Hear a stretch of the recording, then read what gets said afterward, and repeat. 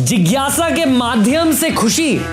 बस TRS clips Hindi, happiness through curiosity दोस्तों।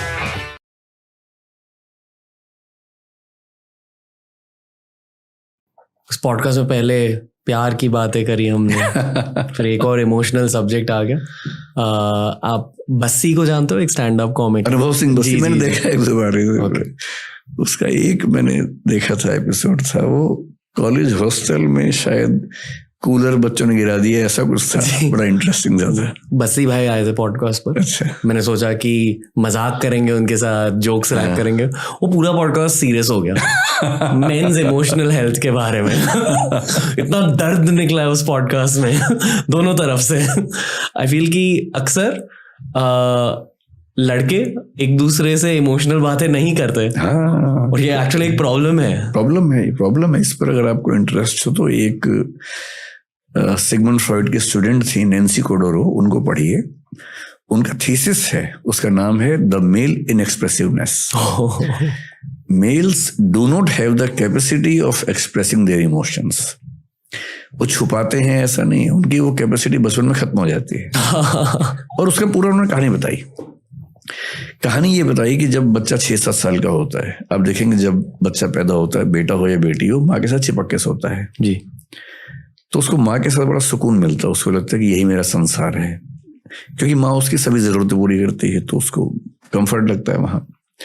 Father के साथ अच्छा लगता है, पर फादर के साथ लंबे समय का कंफर्ट नहीं है, वो कुछ मिनट का है, कुछ समय मतलब एंजॉय करने का है, लेकिन लॉन्ग टर्म इन्वॉल्वमेंट में हमेशा माँ पसंद आती है।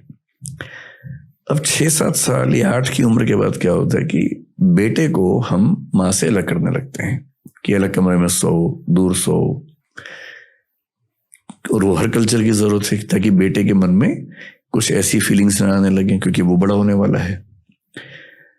बेटी को वो दिक्कत नहीं आती है, तो माँ और बेटी जिंदगी भर एक साथ सो भी सकती हैं, हर तरह की बात कर लेती है, क्योंकि माँ के जीवन के अनुभव और बेटी को जो अनुभव होंगे किशोरावस्था के बाद वैसे ही सेम होने वाले हैं। तो बच्ची माँ से ही बात करेगी, बेटा भी किशोर होगा और बेटा माँ से बात नहीं कर पाएगा, और बेटे और बाप में तो और कम बात होती है। तो जो बेटा नाम का जो प्राणी है ना घर के अंदर, वो इमोशनली बहुत अकेला है। वो जब बड़ा होता है तो वो अपनी बातें, specially the changes in body जो उसको फील होते हैं, बाप से तो वो कोई बात नहीं कर पाता, तो ये तो क्या ही करेगा। माँ भी इन मामलों में थोड़ा सा पर्दा रखती है बेटे के साथ, बेटी के साथ नहीं रखती है। बहन से कैसे बात करे इस तरह की। भाई अगर है बराबर उम्र का तो शायद कर ले, पर बहुत कम घरों में भाइयों में दोस्ती वाला संबंध होता है। आमतौर पे वहां वो सम्मान और रिस्पेक्ट वो हावी हो जाता है। इसलिए 13-14 साल के लड़के के पास कोई चारा नहीं है सिवाय इसके कि वो अपने दोस्तों से बात करे। दोस्त भी उतने ही अकेले हैं अपने अपने घर में, सही किसी को नहीं पता है, तो कहीं कहीं से वो ज्ञान चुराते हैं, आपस में शेयर करते हैं, गैंग बनाते हैं अपना। और क्योंकि घर के अंदर से वो इमोशनल स्टेबिलिटी उनको नहीं मिलती है, सपोर्ट नहीं मिलती इन मामलों में, तो लड़के, मतलब नैन्सी कोडोरो जो बता रही है, मैं उनकी बात बता रहा हूँ जी। तो लड़का एक विद्रोह के भाव में रहता है कि मुझे मेरी माँ ने मुझसे अलग कर दिया और मैं अपनी बहन की तरह माँ के साथ नहीं रह पाता हूँ।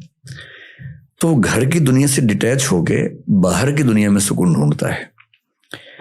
इसलिए आप देखेंगे जनरली लड़कों के लिए पैसा, रुतबा, पावर, बड़ा घर, बड़ी गाड़ी, इसकी जितनी वैल्यू है जनरली लड़कियों के लिए नहीं होती है, क्योंकि वो घर के माहौल में अपनी माँ के साथ, पापा के साथ जितना सुकून उनको मिलता है, तो इनके लिए सफलता के मायने जनरली अलग रहते हैं। वो सफलता प्यार मोहब्बत में ज्यादा देख पाती हैं। इसलिए आप फिल्मों में देखेंगे जब लड़के लड़की मिलते हैं तो लड़की क्या बोलती है, एक छोटा सा घर हो, तुम रहो मैं रहूं। लड़का ऐसी बात आमतौर पे नहीं बोलता है। उसका सपना छोटा घर नहीं है, उसका सपना केवल तुम रहो मैं रहूं नहीं, उसका सपना है कि एक महल हो, 50 नौकर चाकर हो, 20 गाड़ियां हो, क्योंकि वो खुद को साबित करना चाह रहा है बाहर की दुनिया में। और लड़की, सभी नहीं, जनरली लड़कियों के लिए सुकून का बिंदु है घर, परिवार, दोस्तों का समूह, एक छोटा समूह जहां इमोशंस आपस में शेयर हो जाएं, न कि ऑब्जेक्ट से वो अपने आप को डिफाइन करें। और ये इसकी जड़ है बचपन का वो अनुभव जब बेटे को मां से अलग किया जाता है. So Nancy Cordero has beautifully written the book titled The Male Inexpressiveness. मैं खुद एज अ कंटेंट क्रिएटर इसका सोल्यूशन ढूंढने की कोशिश कर रहा हूँ इन पॉडकास्ट के थ्रू कि अगर दो मर्द आपस में इमोशनल बातें करें शायद कुछ इम्पैक्ट हो जाएगा सोसाइटी में. तो करनी चाहिए. आई फेल्ट कि बसी भाई के साथ वो हुआ. पर 2-3 दिन पहले मेरे एक फ्रेंड है जो अपने उनका शायद डिवोर्स होने वाला है, तो वो मेरे से बात कर रहे थे और वो बहुत ज़्यादा इमोशनल हो गए और मैं उनके लिए वहाँ रहने की कोशिश कर रहा था और जो मेरे दिमाग में जोक्स आ रहे थे उन्हें भी ब्लॉक कर रहा था क्योंकि अक्सर आपको जोक्स क्रैक करने होते हैं अपने भाइयों के साथ, पर मैं शांति से उसकी बातें सुन रहा था.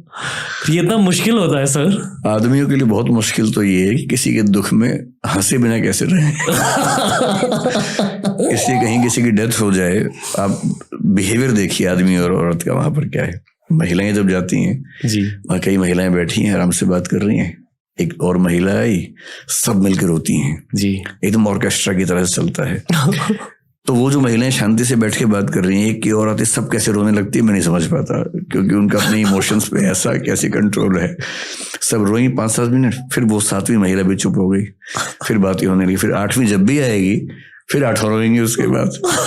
तो बहुत पता नहीं कैसे मैनेज होता है. अच्छा, आदमी लोगों को आप वहां देखेंगे जी, किसी के दुख में जब जाते हैं, 1-8 मिनट हाथ रख के बहुत बुरा हुआ, बहुत बुरा लग रहा है. जिसको बुरा लग रहा है, जिसको दुख हुआ, बोलेगा हाँ कोई बात नहीं, हो जाता है. फिर वो जाके बैठ जाएंगे, आंसू तो भूल ही जाइए आप. फिर 6 से 7 मिनट जहाँ बैठेंगे, 2-4 मिनट चेहरा नीचे करके सीरियस होंगे, फिर खुसर खुसर शुरू कर देंगे कि भाई सेंसेक्स उठा के नहीं उठा, तुम्हारा काम ठीक चल रहा है. या फिर वो व्यवस्थाओं में लग जाते हैं, पानी पिलाना सबको, जूते सबके लाइन ठीक कर देना, क्योंकि वो दुख व्यक्त करने के माहौल में रह ही नहीं सकते. जी जी. और आदमियों के साथ एक बहुत बड़ी दिक्कत यह है कि उनकी परवरिश में उनको सिखा देते हैं कि रोना कमजोरी का लक्षण है. अगर तुम्हारी आंख से आंसू निकलता है तुम लड़की हो, लड़का नहीं हो. तो लड़की होना लड़कों के लिए बहुत ही डिमीनिंग सी बात मान ली गई है, जबकि ये महिलाओं की ताकत है कि वो रो सकती हैं. उनकी दवाई भी है, दवाई है जो हमारे पास. स्ट्रेस हुआ, रो लिए, बात खत्म हो गई. जी. एक तो हमारा वैसे ही परवरिश का जो स्ट्रक्चर है गलत है, ऊपर से ये जो वैल्यू सिस्टम है कि रोए तो लड़की हो. अब लड़कों की दुनिया में कोई दुखी है, रोना चाहे, सब मजाक बना देते हैं उसका, जबकि सबको साथ देना चाहिए. मिलके ना भी रोएं, कम से कम साथ तो दें, गले तो लगा लें. पर रोना एक ऐसी बेहूदी बन गई है लड़कों की दुनिया में, तो फिर इलाज कहाँ से होगा. स्ट्रेस इकट्ठा होता जा रहा है, रो पा नहीं रहे, तो बहुत क्राइसिस है. लड़कों की दुनिया में क्राइसिस कम नहीं है, बहुत क्राइसिस है. सोल्यूशन है इसका? सॉल्यूशन ये कि एक ऐसी कल्चर जिसमें रोना अच्छी बात मानी जाए. सप्ताह में एक बार रोने का दिन मना लेना चाहिए. जैसे होता है ना, मंगलवार को फास्ट रखना है या फ्राइडे को फास्ट रखना है, ऐसे एक दिन रोने का फिक्स कर देगी, आज रोना ही रोना है, भी आधा घंटा कम से कम रो लो. वो मेरे साथ ध्यान में होता है. हाँ, तो ध्यान में मैंने सुना है कई लोगों को आंसू निकलते हैं. क्योंकि आपको खुद का सामना करना पड़ता है ध्यान में, खुद के जज्बातों का सामना करना पड़ता है. मैं एक बार किसी के फ्यूनरल में गया था, किसी के फैमिली में किसी की डेथ हो गई थी और मेरा दोस्त था वो. तो जब आप मिलते हो फैमिली मेंबर से फ्यूनरल में, मैंने बस उससे कहा कि यार मैं हूँ तेरे लिए, इशारों से, और वो हंसने लगा अपनी फैमिली के सामने. उस दिन मुझे मर्द होने की असलियत के बारे में पता चला कि हर जगह जोक्स होते हैं यार. नहीं, मुझे लगता था जब मेरी माँ की मृत्यु हुई, मुझे लगता था कि मुझे असर नहीं पड़ेगा, क्योंकि मैं वैसा ही हूँ जैसे मर्द होते हैं हमारे देश में. वो इमोशनल एक्सप्रेशन कम करते करते इमोशनल ही नहीं रह पाते एक समय के बाद. मैं सरप्राइज था कि इतना कैसे मेरी नेचर चेंज हुई. मैं 1 महीने बोल नहीं पाया, 6 महीने फ्री नहीं हो पाया उस चीज से. 1 साल लग गया मुझे उस माइंडसेट से बाहर निकलने में. इसका मतलब, और मुझे खुशी है कि मैं कम से कम अपनी माँ की मृत्यु पर इतना दुखी हो पाया कि मतलब इमोशंस बचे हुए हैं. ये खुशी की बात है. हर बेटे को इस दौर से गुजरना पड़ता है एट सम स्टेज. गुजरना ही पड़ता है, और बेटा ही गुजरे अच्छा है, माँ ना गुजरे तो ही अच्छा है। मतलब माँ के लिए इस चीज से गुजरना कि बेटा नहीं रहा या बेटी नहीं रही, वो ज्यादा दुख की बात है। तो ज्यादा अच्छा है कि बेटे और बेटी ही इस दर्द को झेले कि उनकी माँ नहीं रही, पिता नहीं रहे। If you don't mind, as a man ने क्या सीखा उस फेज से? मैंने सीखा कि जीवन में जब तक कोई व्यक्ति है उसकी कद्र ज्यादा करनी चाहिए, क्योंकि जाने के बाद अब कद्र कितनी भी करेंगे तो वो फायदा नहीं है ना। तो मतलब मैं अपनी माँ का बड़ा सम्मान भी करता था और हमारे बीच में बड़ा प्रेम भी था, पर फिर लगता है कि थोड़ा और समय दे पाता, रोज 1 घंटा और बैठ पाता। ये सब दुख तो होता ही है, और ये दुख सबको होना है। जब तक पेरेंट्स हैं आप टाइम बहुत दे नहीं पाएंगे, क्योंकि आप खुद व्यस्त हैं अपनी जिंदगी में। आप सुविधाएं दे देंगे, समय नहीं दे पाएंगे। और समय में दिक्कत ये भी है कि उनकी जनरेशन का थॉट प्रोसेस, रुचियां इतनी अलग हैं कि हम 2, 4, 5 मिनट के बाद कोई कॉमन पॉइंट भी नहीं बचता, क्या बात करें। जो केयर हम कर रहे हैं वो भी हमारी केयर कर रहे हैं, लेकिन अब विचार और अनुभव और दुनिया, जरूरतें इतनी अलग अलग हैं, ज्यादा बात हो नहीं पाती है। लेकिन फिर ये कि जब वो नहीं रहते हैं तो लगता है कि काश और समय दिया होता। ये तो है ही। तो मैं सबको इतना ही बोलता हूँ जिनके पेरेंट्स ऐसी किसी अवस्था में है कि भाई जितना हो सके करो और समय भी दो, बाद में मलाल ना रहे कि कुछ कमी रह गई। ये गिल्ट बड़ा गहरा गिल्ट होता है। मैं लाइफ के उस फेज तक पहुंच गया हूँ जहां मुझे ऐसा लग रहा है कि मेरे सारे फैमिली मेंबर्स, मेरे माता पिता, चाचा, मामा, मामी, सब लोग अभी थोड़े थोड़े बच्चे की तरह बन रहे हैं। हाँ। और मुझे अल्फा बनने की जरूरत ज्यादा फील हो रही है। ये भी अजीब फेज है। 30 से 40 की उम्र जिसमें आप आने वाले हैं ना, इस उम्र में पेरेंट्स की केयर ज्यादा करने का मामला बनता है। और 40 से 50 के बीच में जनरली उनकी जुदाई झेलने का समय आता है। जनरली हमारे देश में जो एवरेज एज है उसके हिसाब से, किसी किसी केस में थोड़ा जल्दी होता है, किसी में बहुत बाद में होता है, लेकिन ऑन एन एवरेज 40 से 50 के बीच में ऐसा झटका लगता है। So yes, you have to be more attentive towards them. और क्या होता है इस उम्र में आके ना, उन्होंने जो अचीव करना था मोर और लेस कर लिया होता है, वो रिटायर्ड लाइफ के आसपास पहुंच चुके होते हैं। उनकी रिक्वायरमेंट ये बहुत ज्यादा नहीं है कि फाइनेंशियली कोई सपोर्ट करे, मतलब मिडिल क्लास में, क्योंकि वो जनरली इतना उनके पास होता है कि वो अपना काम चला लेते हैं। वो बहुत बड़ा इशू नहीं होता कई घरों में। उन्हें उनकी उम्र के कुछ दोस्त मिल सकें, ऐसा माहौल आप बना सकें, और उनके साथ दिन में 10 मिनट, आधा घंटा कम से कम बैठ के बात कर लें। हो सके तो इमोशनल बातचीत, जो पहले की जनरेशन्स में आसान नहीं होता था। अब जो नई जनरेशन्स हैं, पेरेंट्स के साथ इमोशनल बातचीत ज्यादा कर पा रहे हैं। तो अब नई जनरेशन्स में इमोशंस का गैप कम हुआ है, एक्सप्रेसिव ज्यादा हैं बच्चे। और मैं देखता हूँ कि पेरेंट्स आजकल बच्चों के दोस्त पहले की तुलना में ज्यादा बन पा रहे हैं, विच इज गुड। लेकिन फ्रेंडली कितना ही बन ले, फ्रेंड तो नहीं बन पाएंगे, क्योंकि वो बच्चे नहीं बनाना चाहेंगे ना, फ्रेंड तो क्यों बनाएंगे। पर फ्रेंडली भी अगर हो पा रहे हैं तो ज्यादा अच्छा है। कि मुझे लगता है आज से 30 साल बाद, जब मैं 30 तो शायद बच्चे भी नहीं, मेरे 20-25 बच्चे होंगे। आप ये सच में मानते हो?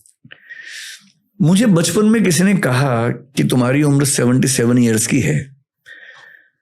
अब मुझे नहीं पता उस बात में कितना वजन है, पर मैं 50 का होने वाला हूं। तो मेरे मन में बैठ गया है कि मैं 77 की एज में मरूंगा। बैठ गया है, हो सकता है एकदम गलत हो, कल का भी क्या भरोसा है। इसको ब्लिक कहते हैं फिलॉसफी में। क्या ब्लिक? ब्लिक का मतलब है कोई ऐसी चीज जिसका कोई कॉग्निटिव एविडेंशियल बेस नहीं है, पर एक बात बैठ गई है मन में, and which you treat as a fact and you decide about something on that basis. तो मैं ये मान के चलता हूँ कि मेरी एज 77 तक रहने वाली है, तो मैं प्लानिंग उसी हिसाब से करता हूँ कितने साल बचे हुए हैं। हो सकता है मैं करीब मर जाऊँ, क्या भरोसा है, वो तो कोई भरोसा नहीं है। लेकिन हाँ, मतलब मेरा अनुमान है कि वैसे भी तो भारत की एवरेज एज उतनी ही है, तो मैं क्यों मानूं कि उससे ज्यादा मिलेगा। सो ब्लिक इज, जैसे वही मुझे ब्लिक है कि 77 तक करीब रहना है, 25-27 साल अभी है, तो उसी हिसाब से फिर मैं अपनी जिंदगी के बाकी फैसले करूंगा। ओके। दोस्तों TRS क्लिप्स हिंदी को अगर सपोर्ट करना है तो ऐसे वीडियोस दोस्तों के साथ शेयर कीजिए, सब्सक्राइब कीजिए चैनल को। TRS हिंदी बहुत जल्द लौट के आएगा।